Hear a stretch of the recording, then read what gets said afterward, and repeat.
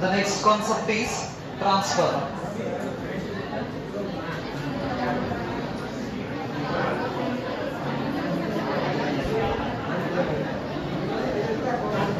Transformer. Introduction. First introduction ಬರ್ಕೋರಿ device ಇದು. Transformer. Introduction. It is a device used to step up or step down the alternating voltage. It is a device used to step up or it is a device used to step up or step down the alternating voltage.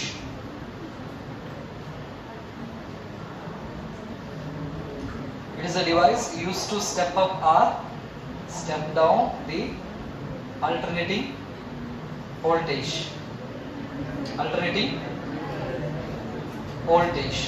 Bracket bariri. It increases the alternating voltage by decreasing alternating current and vice versa. It increases the alternating voltage by decreasing alternating current. Increasing alternating voltage by decreasing alternating current and vice versa. Simply, ಈ device voltage ನ increase ಮಾಡಕತ್ತಿತ್ತಂದ್ರೆ current ನ ಏನ್ ಮಾಡ್ತಿರ್ತೈತಿ, decrease ಮಾಡ್ತಿರ್ತೈತಿ. Voltage ನ decrease ಮಾಡಕತ್ತಿತ್ತಂದ್ರೆ current ನ increase ಮಾಡೋ ಕೆಲಸ ಮಾಡ್ತೈತಿ. Right? ಯಾವುದು? Transformer. In transformer we have two types of transformer. One is step up transformer and another one is step down transformer.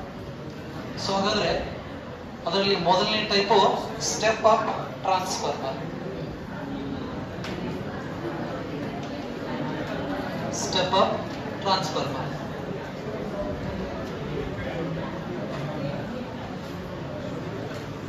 The circuit symbol of this transformer is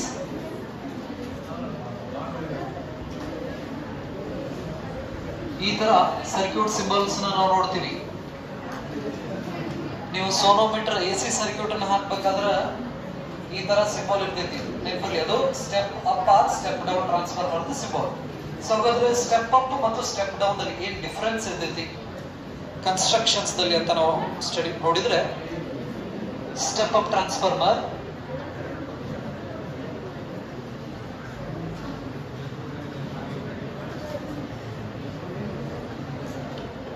so this is the primary coil.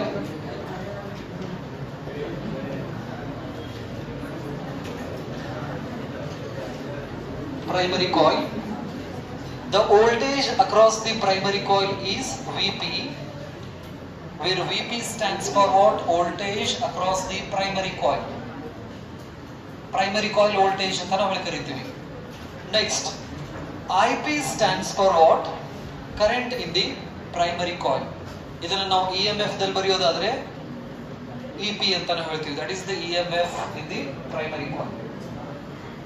Vp ಅಂದ್ರೆ primary coil voltage, IP ಅಂದ್ರೆ primary current in the primary coil, and EP EMF in the primary coil. So here NP stands for what? Number of turns in the primary coil. Number of turns in the primary coil. ಯಾವುದು? NP ಅಂತ ನಾವು ಕರೀತೀವಿ.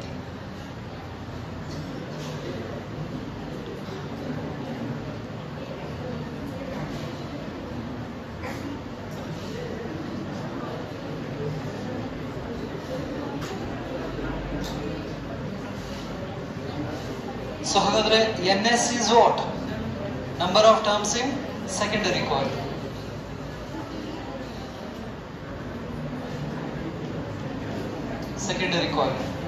VS is voltage across the secondary coil, current in the secondary coil, and EMF in the secondary coil. So ಹಾಗಾದ್ರೆ step up transformer ಅಂದ್ರೆ number of terms in the secondary coil should be greater than number of terms in the primary coil.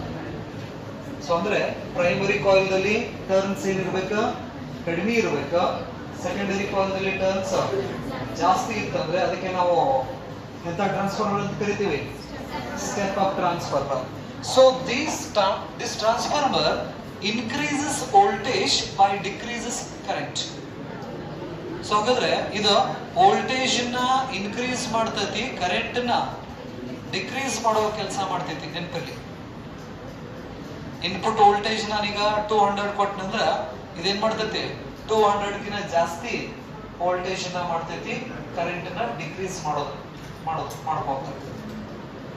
ಇದು step up transformer ಒಂದು informations ಗೊತ್ತಿರಲಿ ನಿಮಗೆ. ಇನ್ನ step down transformer. So ಇದನ್ನ ನಾವು ಏನಪ್ಪಾ ಅಂತ ಹೇಳಿದ್ರೆ ಡೈಗ್ರಾಮ್ ನೋಟ್ ಹಾಕಿದ್ರೆ ನಮ್ಗೆ ಯಾವ್ದು ಸಿಗ್ತೈತಿ, ಸ್ಟೆಪ್ ಡೌನ್ ಟ್ರಾನ್ಸ್ಫಾರ್ಮರ್ ಸಿಗ್ತೈತಿ. Step down transformer.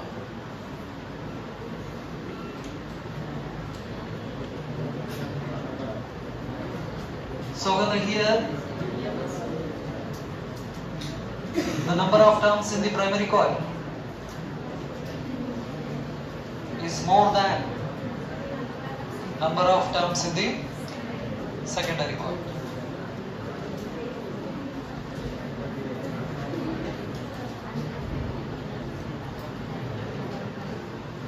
Here NP and this is NS. NP is greater than NS. So here voltage decreases and current increases. ಇಲ್ಲಿ voltage decrease ಆಗ್ತೈತಿ, current increase ಆಗ್ತೈತಿ. ಇದು step down transformer diagram. Step up transformer and step down transformer.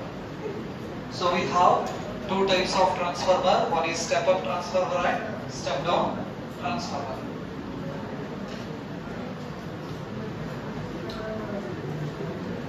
Brother,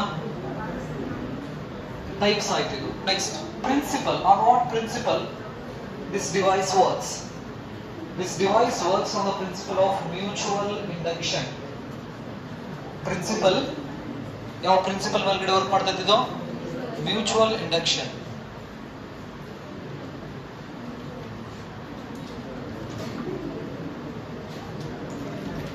Mutual induction.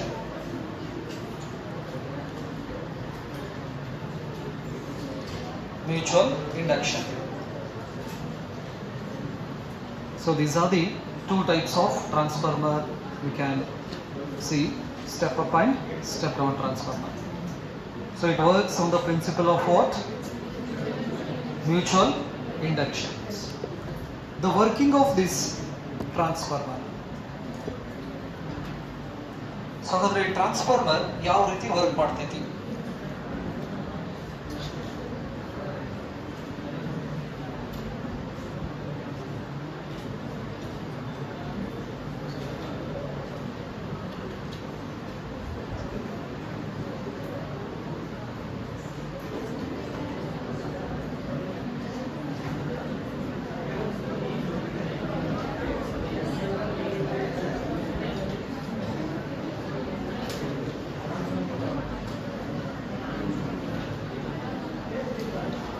So it is a soft iron.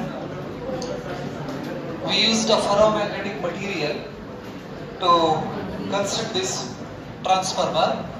So one end is wound with a primary coil and another end is wound with a secondary coil.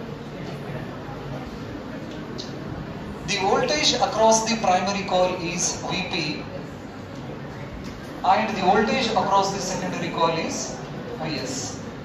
The number of turns is Np, here number of turns is Ns. Current in primary coil is Ip and here Is. So here we use the ferromagnetic material which supports the external magnetic field. Now in magnetism and matter ಒಳಗಡೆ diamagnetic, paramagnetic and paramagnetic materials ಅನ್ನು study ಮಾಡಿವಿ. ಆ ಮೂರರಲ್ಲಿ external magnetic field ಗೆ ಜಾಸ್ತಿ support ಮಾಡೋರು ಯಾರಂದ್ರೆ ferromagnetic materials ಅಂತ ನಾವು ಹೇಳ್ತೀವಿ. which has a positive susceptibility and its relative permeability is high and positive ಅಂತ ಹೇಳಿ ನಾವು ಕ್ಯಾರೆಕ್ಟರಿಸ್ಟಿಕ್ಸ್ ಅನ್ನ ನೋಡ್ತೀವಿ. ಸೊ ಹಾಗಾದ್ರೆ ಈ ಟ್ರಾನ್ಸ್ಫಾರ್ಮರ್ ದಲ್ಲಿ ನಾವು ಸಾಫ್ಟ್ ಐರನ್ ಅನ್ನ ಯೂಸ್ ಮಾಡ್ತೀವಿ because that soft iron allows the maximum magnetic field. And we know the Faraday's law. Whenever the magnetic flux linked to the coil, what happens? An EMF induces and current induces in the coil, right? So here we flow electric current in the primary coil. It is nothing but what? It is a solenoid, right? So inside the solenoid, when we flow the current, what happens? The magnetic field will set. Current increases, the magnetic field increases. That magnetic field links to the secondary coil. So andre now primary coil dalli current na flow madidre magnetic field produce ಆಗ್ತೈತಿ. ಈ magnetic field secondary coil ಗೆ link ಆಗಕ್ಕೆ start ಆಗ್ತೈತಿ. So whenever the magnetic flux linked to the secondary coil, an EMF induces. If the circuit is closed, the current will starts to flow. So ಹಾಗಾದ್ರೆ ಮೊದಲನೇ coil ಅಲ್ಲಿ ನಾವು current ಅನ್ನು flow ಮಾಡಿದ್ರೆ magnetic field produce ಆಗ್ತೈತಿ. ಈ produce ಆದಂತಹ magnetic field ಎರಡನೇ ಕಾಯಿಲ್ ಗೆ ಹೋಗಿ ಟಚ್ ಆಗಕ್ಕೆ ಸ್ಟಾರ್ಟ್ ಆಗ್ತೈತಿ. ಫ್ಯಾರಡೇಸ್ ಲಾ ಪ್ರಕಾರ ಮ್ಯಾಗ್ನೆಟಿಕ್ ಫೀಲ್ಡ್ ಲೈನ್ಸ್ ಕಂಡಕ್ಟರ್ ಗೆ ಏನಾದರೂ ಟಚ್ ಆಗೋದು ಚೇಂಜ್ ಆಗಕಂತಂದ್ರೆ EMF ಇಂಡ್ಯೂಸ್ ಆಗ್ತೈತಿ, ಕರೆಂಟ್ ಇಂಡ್ಯೂಸ್ ಆಗ್ತೈತಿ ಅಂತ ನಾವು ಕರಿತೀವಿ. ಈ ರೀತಿ ಟ್ರಾನ್ಸ್ಫಾರ್ಮರ್ ಏನ್ ಮಾಡ್ತೈತಿ ವರ್ಕ್ ಮಾಡ್ತೈತಿ. ಈ ಕಾಯಿಲ್ ಇಂದ ಸೆಕೆಂಡರಿ ಕಾಯಿಲ್ ದಲ್ಲಿ EMF ಕರೆಂಟ್ ಇಂಡ್ಯೂಸ್ ಆದ್ರೆ ಸೆಕೆಂಡರಿ ಕಾಯಿಲ್ ಇಂದ ಪ್ರೈಮರಿ ಕಾಯಿಲ್ ದಲ್ಲಿ ಕೂಡ ನಾವೇನೋ EMF ಕರೆಂಟ್ ಅನ್ನ ಅಬ್ಸರ್ವ್ ಮಾಡಬಹುದು. Induced EMF and induced current. So ಇದಕ್ಕೆ ನಾವು ಮ್ಯೂಚುವಲ್ ಇಂಡಕ್ಷನ್ ಅಂತ ನಾವು ಕರಿತೀವಿ. ಇದೊಂದು ಡಯಾಗ್ರಾಮ್ ಹಾಕೋರಿ.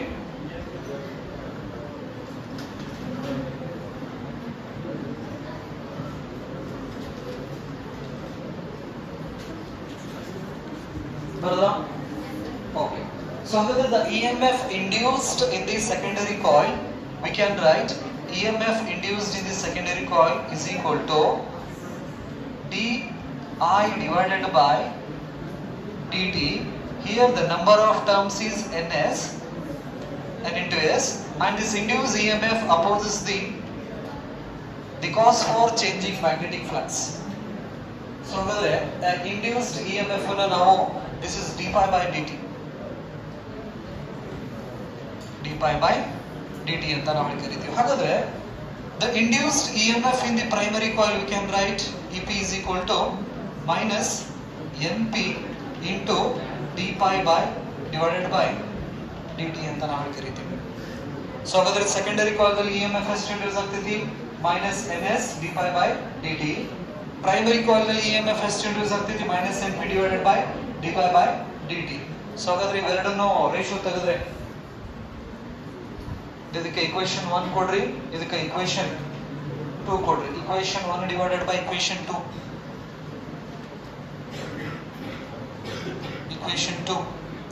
ಸೊ ಹಾಗಾದ್ರೆ ES divided by EP is equal to minus NS d pi by dt divided by minus NP d pi by dt. So ಹಾಗಾದ್ರೆ ES divided by EP is equal to NS divided by NP. ಬರಿಬಹುದಾ? NS divided by NP. With the help of these equations we can get the value of ES or EP. ಇದರಿಂದ ನಾವು ES value ಪಡಿಬೇಕಂದ್ರೆ EMF in the second coil ES is equal to NS divided by NP into EP.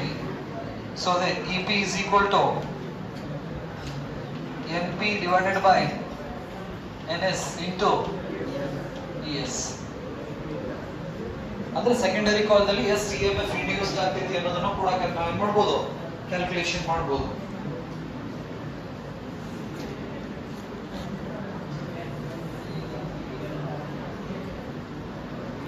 ಬರದಾ? So ಹಾಗಾದ್ರೆ ಈಗ EMF ಇದ್ದ ಜಾಗದೊಳಗಡೆ ನಾವೇನಾದ್ರು voltage ನ ಹಾಕಿದ್ರೆ the same expressions we can write VS divided by VP is equal to ns divided by np. ns divided by np ಅಂತ ಬರೀಬಹುದು. ns divided by np. ಬರದಾ?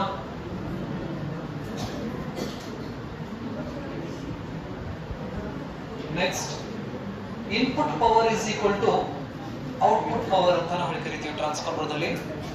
Input power is equal to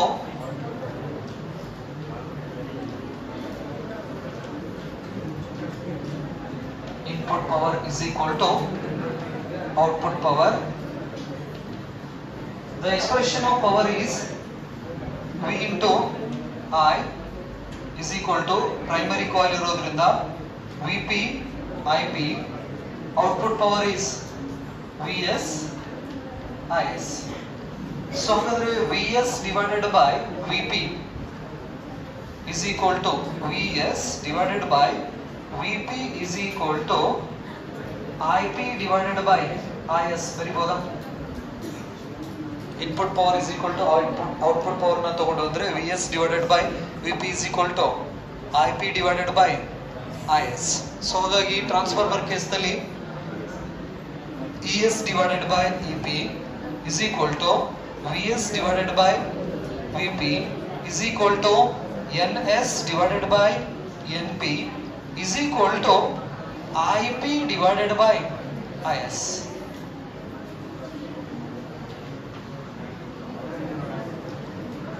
ಈ relations ನ ನೆನಪಿಟ್ಕೊಳ್ಳಿ.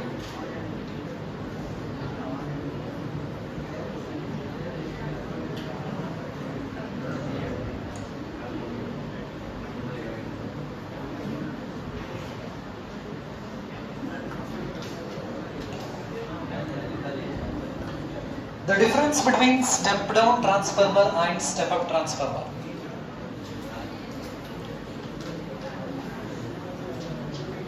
Difference between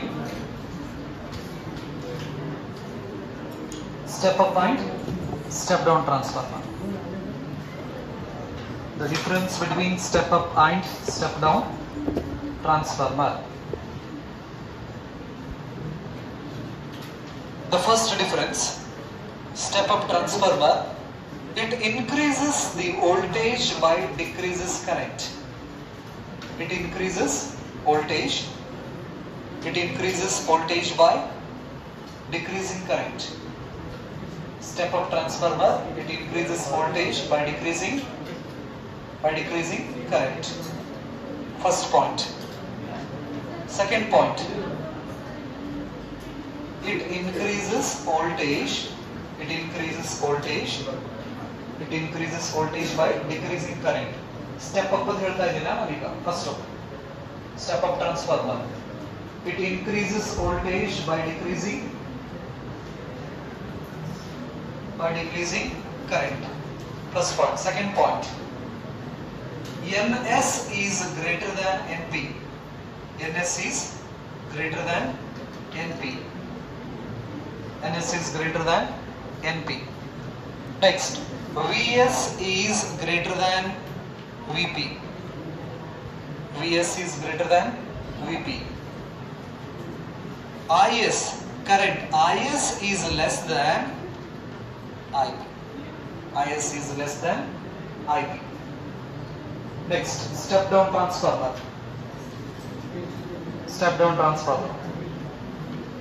It decreases voltage by increasing current. It decreases voltage by increasing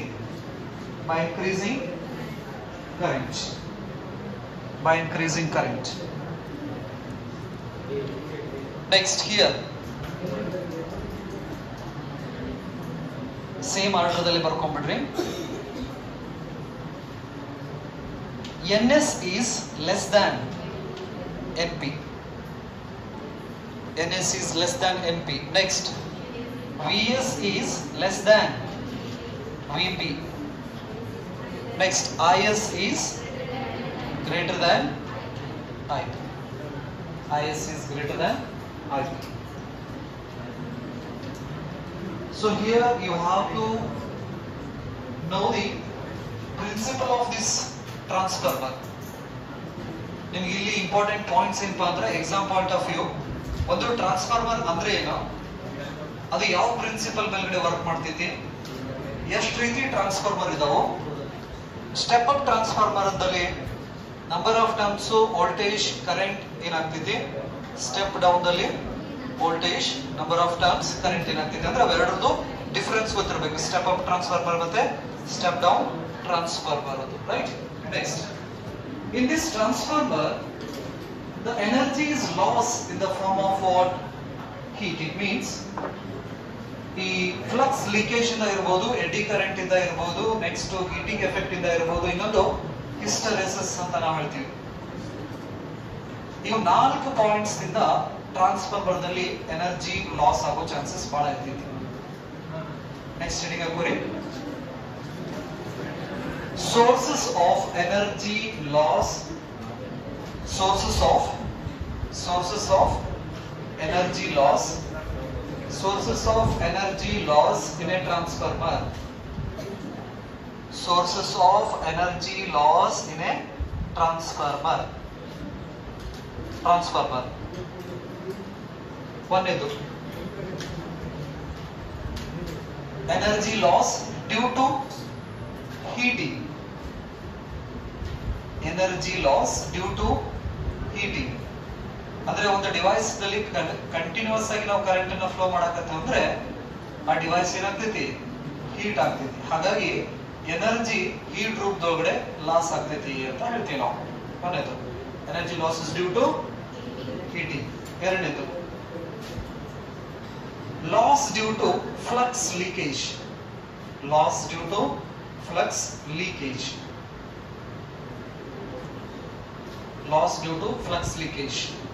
so ಅಂದ್ರೆ primary coil ನಲ್ಲಿ produce ಆದಂತಹ ಅಷ್ಟು magnetic field lines 100% secondary coil ಹೋಗಿ ಏನಾಗೋದಿಲ್ಲ, link ಆಗೋಗಿಲ್ಲ. ಅದರಿಂದಲೂ ಕೂಡ ಏನಾಗ್ತಿತ್ತು, ನಮ್ಗೆ ಲಾಸ್ ಆಗ್ತೈತಿ. ನೆನಪಲ್ಲಿ ಈಗ 100 ಲೈನ್ ಪ್ರೊಡ್ಯೂಸ್ ಆಗ ಪ್ರೈಮರಿ ಕಾಯಿಲ್ ದಲ್ಲಿ 100 ಮ್ಯಾಗ್ನೆಟಿಕ್ ಫೀಲ್ಡ್ ಲೈನ್ ಪ್ರೊಡ್ಯೂಸ್ ಆಗ ಬಂದ್ರೆ ಆ 100 magnetic field line secondary coil ಹೋಗಿ ಲಿಂಕ್ ಆಗೋದಿಲ್ಲ.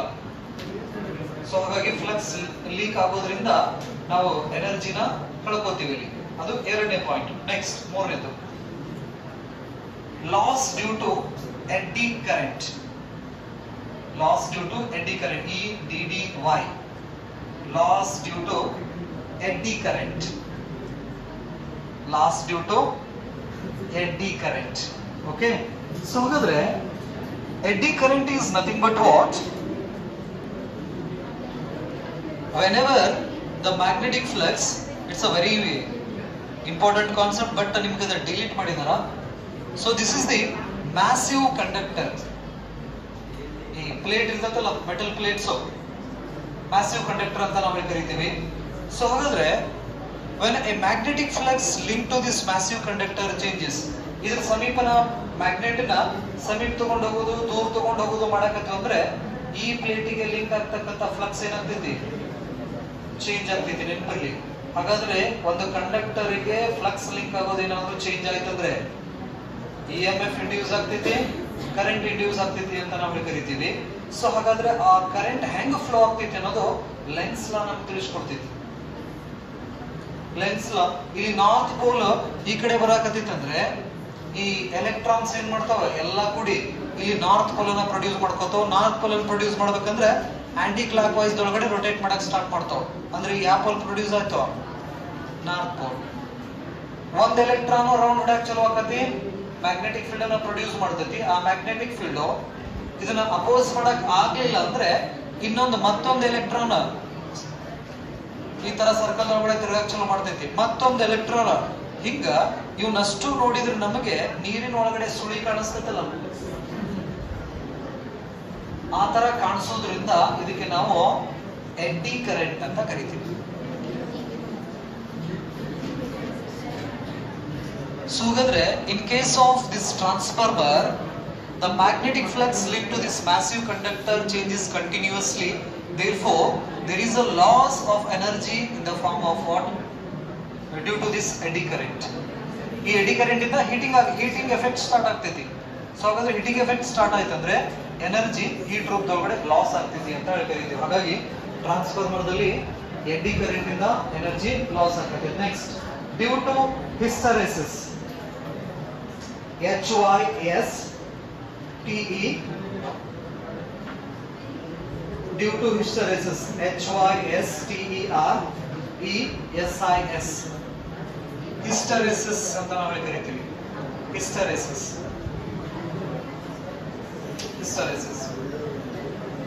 So hysteresis is nothing but what?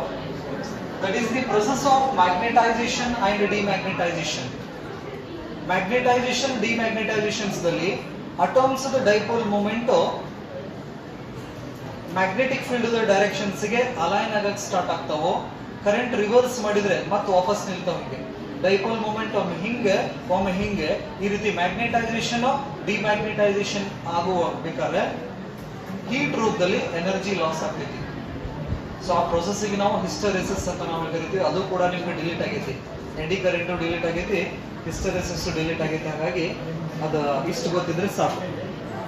So ಹಾಗಾದ್ರೆ ಟ್ರಾನ್ಸ್ಫಾರ್ಮರ್ ದಲ್ಲಿ ಎನರ್ಜಿ ಯಾವ್ಯಾವ್ದ್ರಲ್ಲಿ ಲಾಸ್ ಆಗ್ತಿದೆ ನಮ್ಗೆ? ಒಂದು ಹೀಟಿಂಗ್ ಎಫೆಕ್ಟ್ ದಿಂದ ಲಾಸ್ ಆಗ್ತೈತಿ. ನೆಕ್ಸ್ಟ್, ಫ್ಲಕ್ಸ್ ಲೀಕೇಜ್ ಇಂದ ಲಾಸ್ ಆಗ್ತೈತಿ. ಎಡಿ ಕರೆಂಟ್ ಇಂದ. ಇದನ್ನ 2 ಮಾರ್ಕ್ಸ್ಗೆ ಅಥವಾ 3 ಮಾರ್ಕ್ಸ್ಗೆ ಕೇಳಿದಿದ್ದಾವ. 2 ಮಾರ್ಕ್ಸ್ಗೆ ಹೋದ್ ಸರಿ ಕೇಳಾರ ಇದನ್ನ. ಏನು? The energy loss in a transformer. Right? So, this is all about what?